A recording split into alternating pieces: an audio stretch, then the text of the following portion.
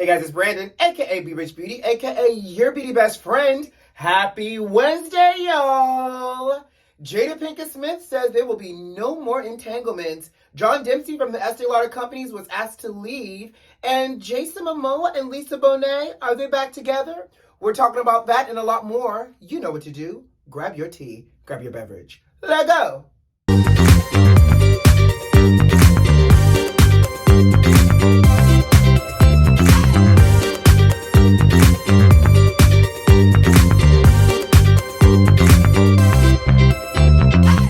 Beauty Besties, how y'all doing out there? Happy hump day to you, sugar. I hope your week is going well. Baby, it's only Wednesday, and we're going to talk hot topics today, but y'all gonna let you know your beauty best friend has had, it feels like the longest week ever. It's just so much happening in the world, so much happening in day-to-day life. Oh, can't even take it, child. But I will say this. I hope you guys are having a great week as best as possible and you're showing up as authentically as you can and protecting your mental peace, child. But y'all ready to jump into these hot topics? Let's do it. So in recent news, y'all, JADA PINKETT-SMITH said there will be no more entanglements in her future.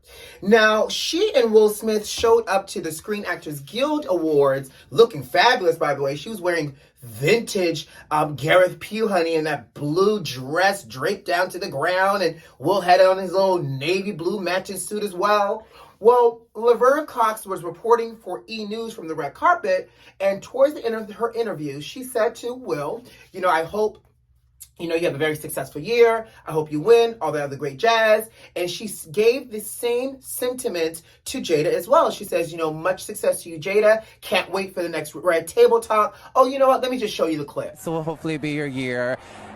We love you. Thank you for all the years of joy you've brought us. Thank you. We can't wait for more Red Table Talk and more entanglements and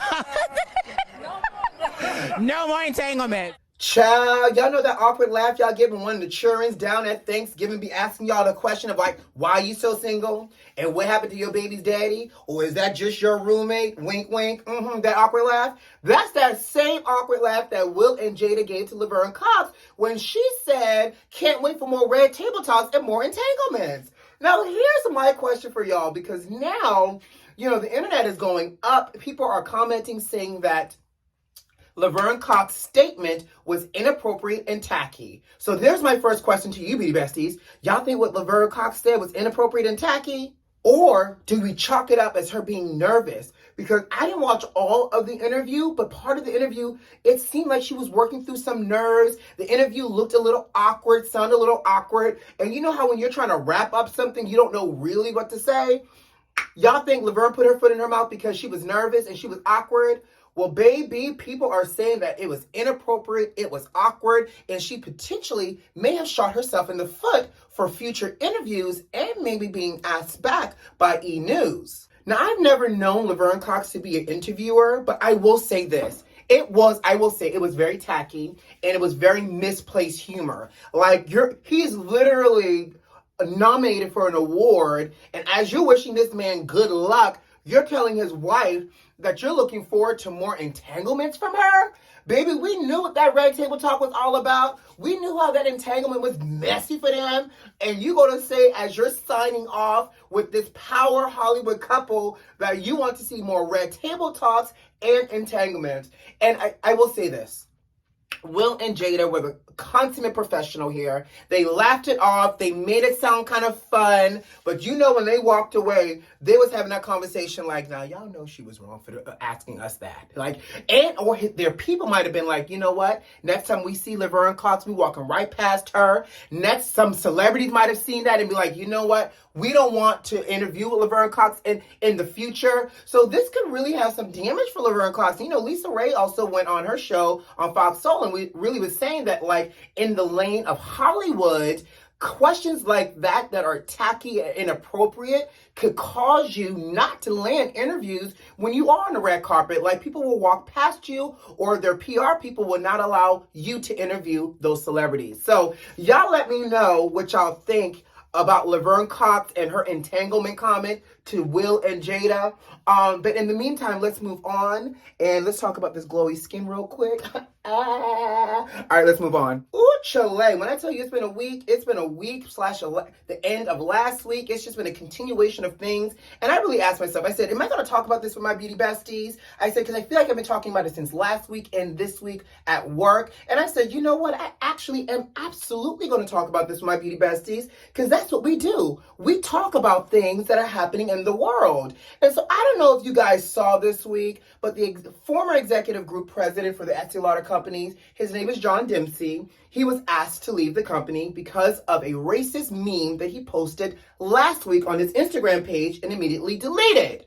Now, side note, disclaimer, and everything else in between. Y'all know our conversations are my opinions, my viewpoints, and in this moment, it is my voice as not only a Black employee, but also a Black consumer, a Black shopper, and everything else in between, and just somebody that's existing in Black skin that is now seeing someone who is a senior level management in a company that I consume just in general, posting something reckless. And so I felt like, you know what, let's talk about it, because if you don't know what happened, here's the meme that John Demsey posted.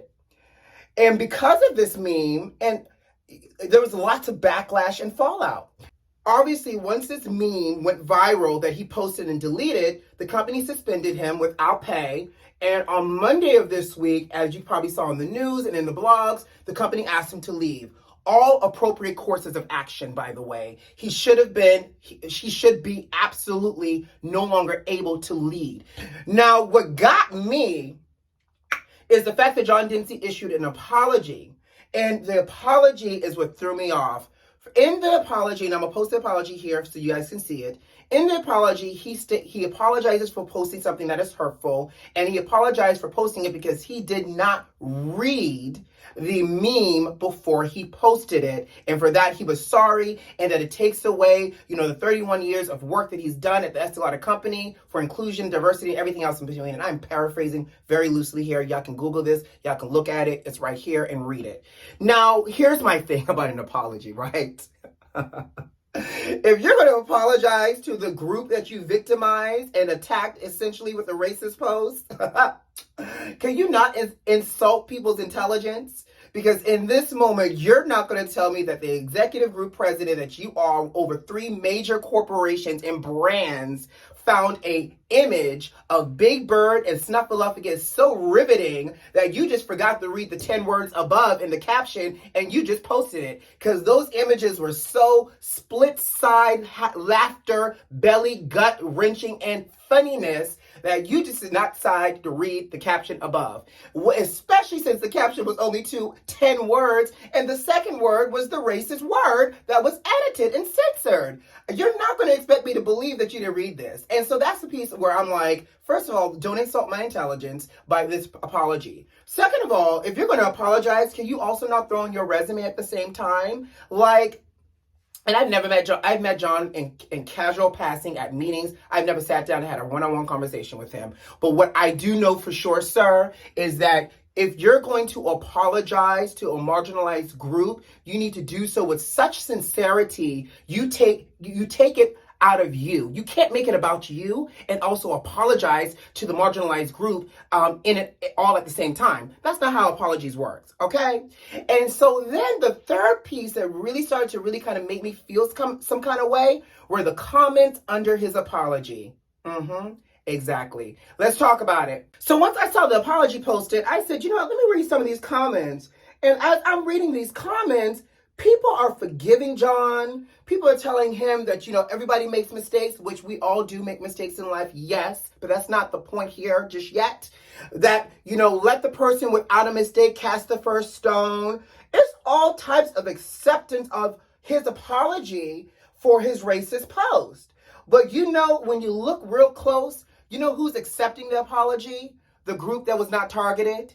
It was nothing but privileged, white, cis people forgiving John for his racist post against the Black community. Hi, last time I checked, all the privileged white people that was accepting his apology, you weren't the targeted group here. So how do you accept an apology on behalf of a group that was marginalized and targeted with this racist post, and you aren't even belonging here? Like, how does that work? Oh, that's, again, a source of privilege. And that was the thing that started to really kind of irk me. Not only do you post this racist post, but then you offer up a half-ass apology, a hollow, you know what I'm gonna call it, a hollow apology. And within that hollow apology, you now are getting validation and acceptance and forgiveness by people that look and operate in the same space that you do of privilege. Where does the protection of the white fragility ever end? Blows my mind. But you know the real getcha gotcha here, guys? The getcha gotcha is the person who created this meme was a black man.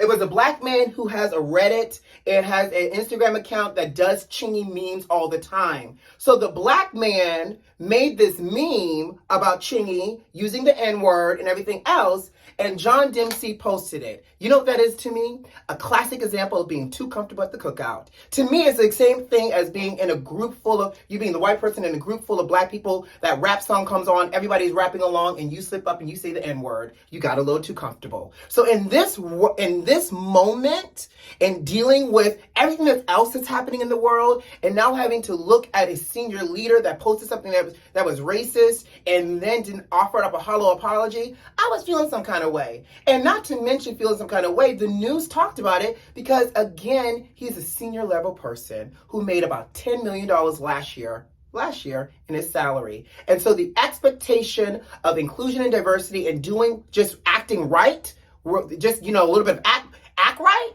does not exempt you depending on your level. So I wanted to talk about it because I know it's on the blogs. I know as an employee, I feel some kind of way. They've asked him to leave the company as of this week. But y'all let me know your thoughts here, because I know I've been struggling with my thoughts all week. And so I would love to know what you guys think with this fallout, this post, or even if you care. Like, some people might be like, yeah, I don't even care. But some people may feel like me and actually care, because we spend our black dollars every single day. All right, guys, I'm hot. Ooh, child, chile. Let's move on. Well, child, there seemed to be a little glimmer of hope of change in this country. The House has passed the Emmett Till anti-lynching bill, finally, and it passed 422 to 3.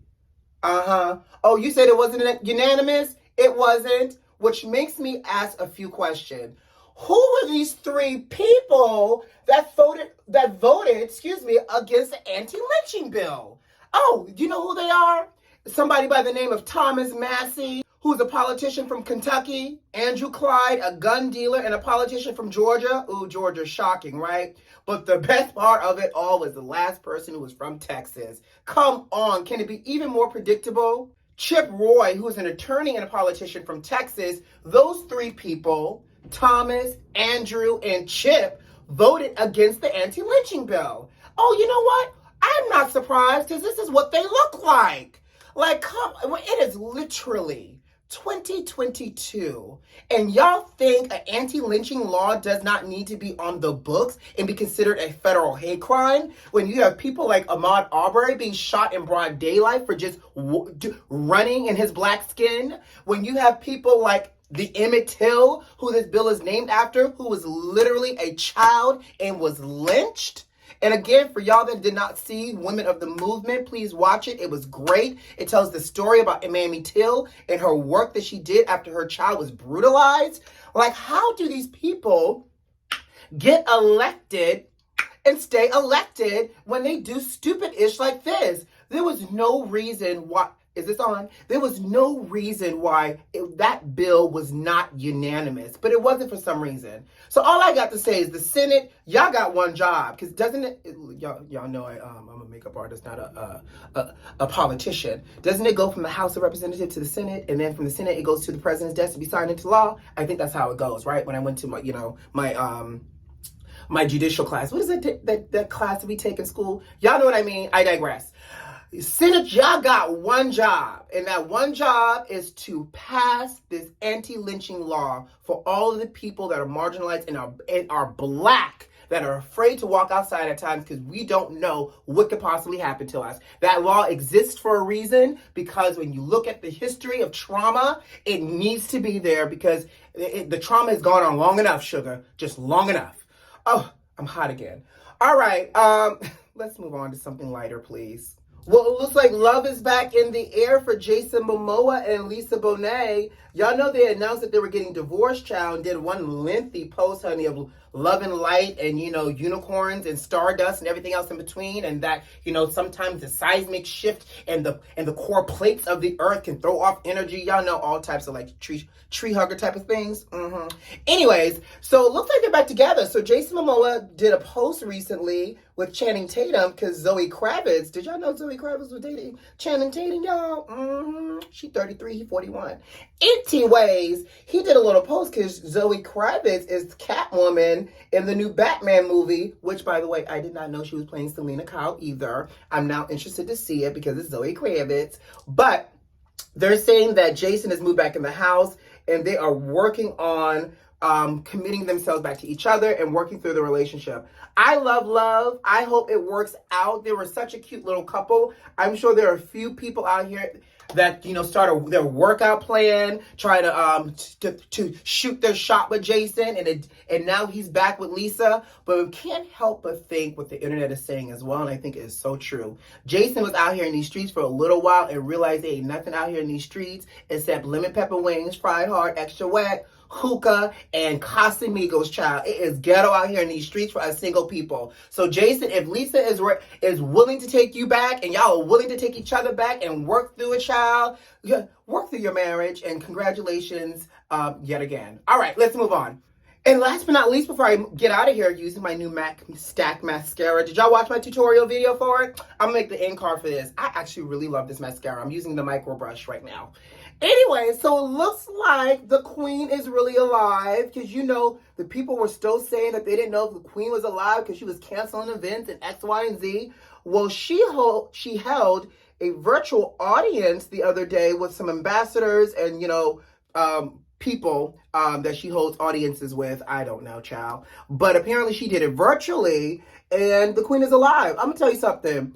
That woman is 95. She said, I've survived presidents. I've survived wars. I've survived prime ministers. A little Rona ain't about to take me up out of here. Congratulations, Queen Elizabeth, for surviving Jumanji Rona edition. Because, baby, I'm going to tell y'all one thing. I was hoping she was still alive, but I was just like, well, if it's 95, she's had a full life, you know. Usher her up, Lord, and let her hark the herald angel sings. But I'm not wishing that woman dead. I want her to live as long as the good Lord sees fit for her to be on this earth. But apparently she's alive. And, you know, what's interesting is because, you know, there was a blog site, Hollywood Unlocked, that was doubling down saying that their sources said the queen had passed away. They have not retracted just yet that she's alive and holding these virtual events, honey. And the people down on the internet is saying, are y'all planning on not acknowledging that y'all said that this woman, according to y'all sources, was dead and cold? But again, she is alive and well, holding virtual audiences. And good for her. And on that note, guys, I gotta go. You know what to do. Subscribe to the channel, like this video, leave me a comment. Most importantly, check the notifications and make sure they're turned on. Who loves you? I do. See you next time. Bye.